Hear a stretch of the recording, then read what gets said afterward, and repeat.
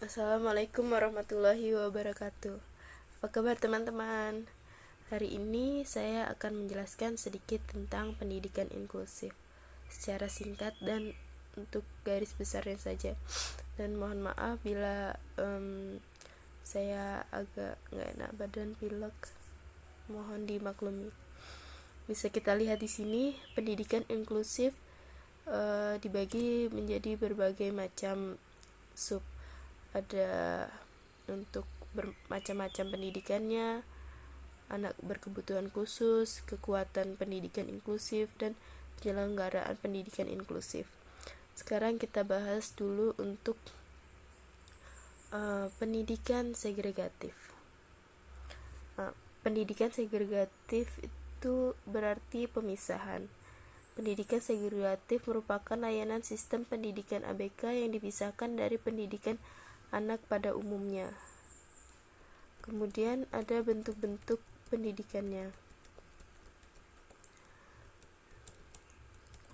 Sebentar ya.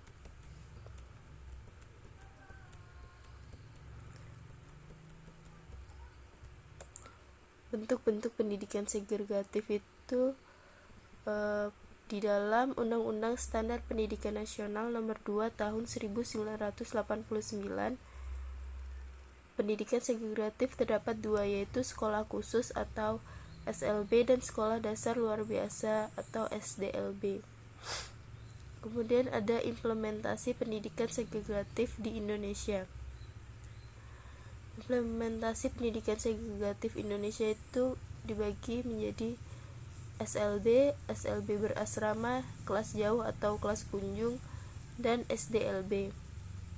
Untuk kelebihan dan kelemahan dari pendidikan segregatif ini, kelebihannya efektif untuk pemerataan hak pendidikan pada anak berkebutuhan khusus. Kemudian sistem pendidikannya ringan, mudahnya kerjasama dengan multidisipliner, dan komunikasi yang mudah dan lancar. Kelemahannya, biaya penyelenggaraan pendidikan segregatif relatif mahal dan pendidikan ini hanya ada di kota. Kemudian ada pendidikan integratif. Pendidikan integratif menurut bahasa adalah menggabungkan, mengintegrasikan, menyatupadukan, mempersatukan.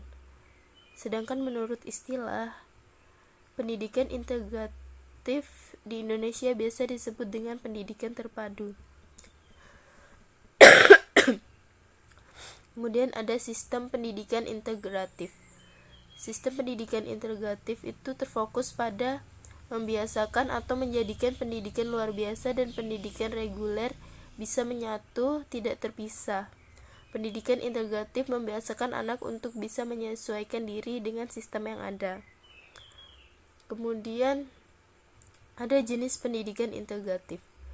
Itu dibagi menjadi 3. Ada integratif lokasi fisik, integratif dalam aspek sosial, dan integratif fungsional. Untuk kelebihan dan kekurangannya, kelebihannya peserta didik semakin berkembang, memotivasi peserta didik, dan untuk kekurangannya, peserta didik harus bisa menguasai pembelajaran dengan baik, kurangnya sumber daya alam yang mendukung, dan kebijakan yang kurang konsisten. Kemudian kita beralih ke pendidikan inklusif. Pendidikan inklusif ialah program pendidikan yang diberikan pada anak berkebutuhan khusus agar mendapatkan hak dan perlakuan yang sama seperti siswa lainnya.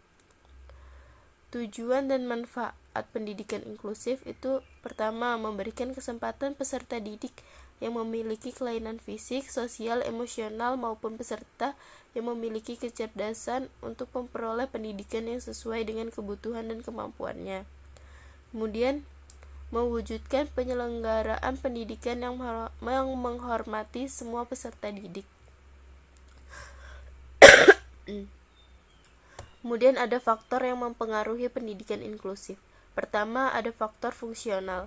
Faktor ini berasal dari kebutuhan, pengalaman masa lalu, dan kemudian ada faktor personal atau hal-hal yang biasa kita sebut.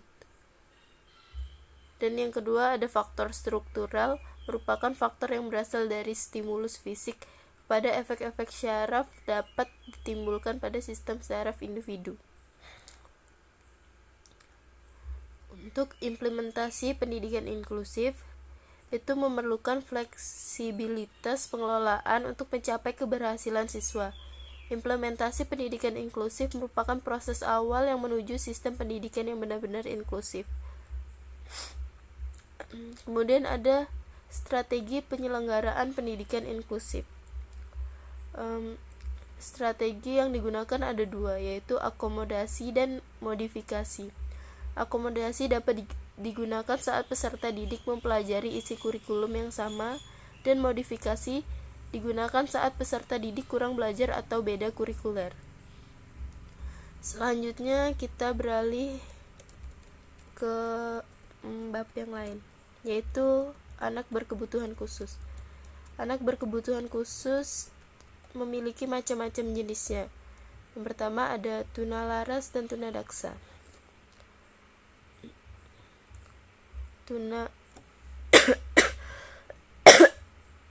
Pengertian tunalaras. Tunalaras merupakan anak yang memiliki gangguan dalam berperilaku sehingga mendapatkan respon negatif dari lingkungan. Namun perilaku tersebut dapat diberikan petunjuk agar mampu berperilaku sesuai norma yang ada dalam masyarakat. Dan kemudian tunadaksa dapat didefinisikan sebagai penyandang yang memiliki bentuk kelainan atau kecacatan dalam sistem otot, tulang, persendian yang dapat mengakibatkan gangguan koordinasi, komunikasi, adaptasi, mobilisasi, dan gangguan perkembangan. Faktor penyebab tunalaras yaitu faktor individu anak, sekolah, keluarga, dan budaya. Dan faktor penyebab tunadaksa adalah pada waktu melahirkan. Biasanya ditimbulkan karena penggunaan alat-alat pembantu kelahiran yang tidak berjalan lancar. Pada waktu melahirkan menggunakan anestesi, dan pada waktu setelah melahirkan seperti terjadinya infeksi, trauma, tumor, dan tragedi kecelakaan. Kemudian ada tunanetra dan tunarungu. Tunanetra adalah anak yang memiliki hambatan dalam penglihatan atau tidak berfungsinya indera penglihatan. Anak tunarungu merupakan kondisi di mana anak mengalami gangguan pada pendengarannya sehingga dapat mengakibatkan anak tidak mampu untuk mendengar. Penyebab tunanetra dibedakan menjadi dua, yaitu prenatal. Ini ketunaan yang disebabkan faktor keturunan apabila terjadi perkawinan dengan saudara mempunyai orang tua tunanetra atau perkawinan sesama tunanetra. Yang kedua ada postnatal. Penyebab ketunanetraan setelah bayi lahir dapat terjadi karena kerusakan pada organ mata atau syaraf mata saat persalinan akibat benturan benda keras.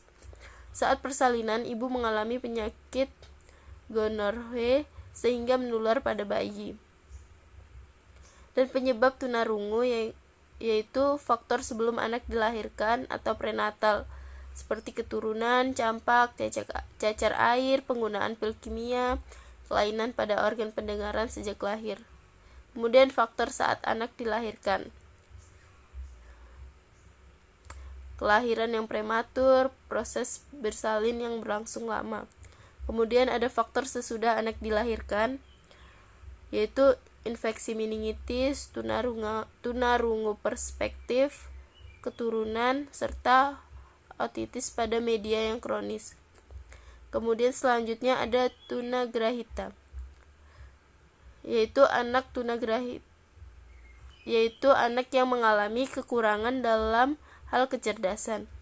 Penyebabnya itu faktor keturunan, gangguan metabolisme dan gizi, infeksi dan keracunan, serta masalah saat kelahiran dan faktor lingkungan.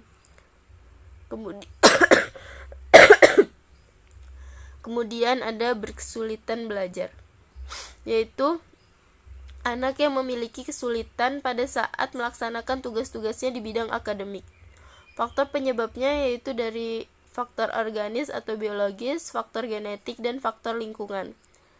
Kemudian ada lambat belajar. Adalah anak-anak yang terbelakang Beberapa terjadi pada saat anak sebelum masuk sekolah mengalami kegagalan dan frustasi selama bertahun-tahun. Sebagai akibatnya, harga diri mereka dirusak secara serius. Kemudian ada cerdas istimewa dan bakat istimewa, yaitu mereka yang memiliki kemampuan intelektual dan non-intelektual sehingga mengharuskan layanan pendidikan secara khusus. Faktor penyebab timbulnya anak tersebut adalah faktor hereditas dan faktor lingkungan. Kemudian autis, yaitu anak yang memiliki kelainan perilaku, tertarik dengan aktivitas mentalnya sendiri dan sukar dalam berbaur dengan lingkungan sekitarnya, serta tidak mampu berinteraksi dengan orang di sekitarnya. Dan yang terakhir ada ADD atau ADHD, yaitu Attention Deficit Disorder atau ADD, biasa disebut dengan gangguan pemusatan perhatian, yaitu gangguan pada perilaku seseorang yang ditandai dengan kurangnya perhatian yang terjadi secara terus-menerus, impulsif, atau berperilaku semaunya sendiri tanpa hiperaktif. Yang kedua, Attention Deficit Hyperactive Disorder atau ADHD, berasal dari bahasa Inggris yang artinya perhatian berkurang, hiperaktif, gangguan. Selanjutnya ada kekuatan pendidikan inklusif. Kekuatan pendidikan inklusif itu dipengaruhi dari sistem dukungan sekolah dan pemerintah, partisipasi orang tua, pusat layanan klinis yang baik, dan pembelajaran partisipatif dan kolaboratif.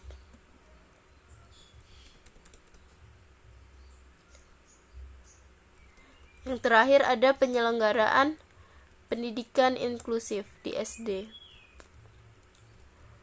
Tujuan penyelenggaraan pendidikan inklusif memberikan kesempatan yang seluas-luasnya kepada semua anak, termasuk anak berkebutuhan khusus, untuk mendapatkan pendidikan yang layak sesuai dengan kebutuhannya, membantu mempercepat program wajib belajar pendidikan dasar, membantu meningkatkan mutu pendidikan dasar dan menengah dengan menekan angka tinggal kelas dan putus sekolah.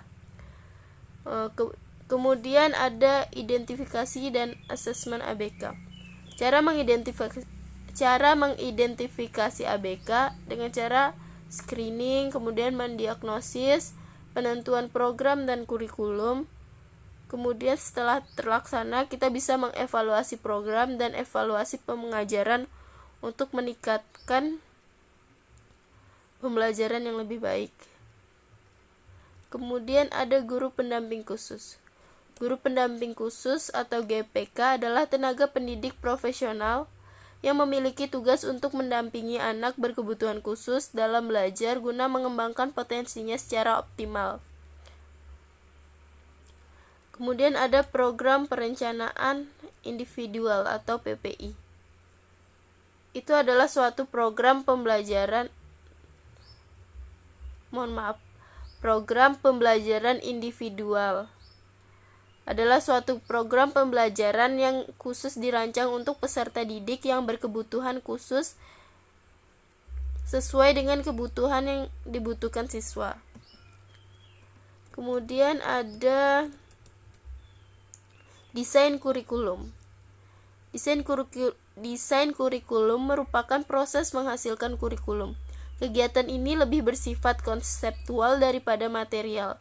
Yang dimaksud dalam kegiatan pengembangan ini adalah penyusunan, pelaksanaan, penilaian, dan penyempurnaan. Dan yang terakhir ada evaluasi. Evaluasi ialah untuk mengetahui bagaimana keefektifan proses pembelajaran saat di kelas, sehingga dapat dijadikan umpan balik untuk membenahi dan juga menyempurnakan program dan kegiatan belajar mengajar saat di kelas. Mungkin itu saja yang bisa saya jelaskan tentang pendidikan inklusif. Mohon maaf jika yang mungkin penjelasannya kurang jelas, terlalu cepat, atau karena saya lagi pilek batuk juga, jadi nggak begitu jelas, mohon maaf. Kalau ada yang masih bingung, kalian bisa tulis di komen bawah. Sekian presentasi dari saya atau penjelasan. Wassalamualaikum warahmatullahi wabarakatuh.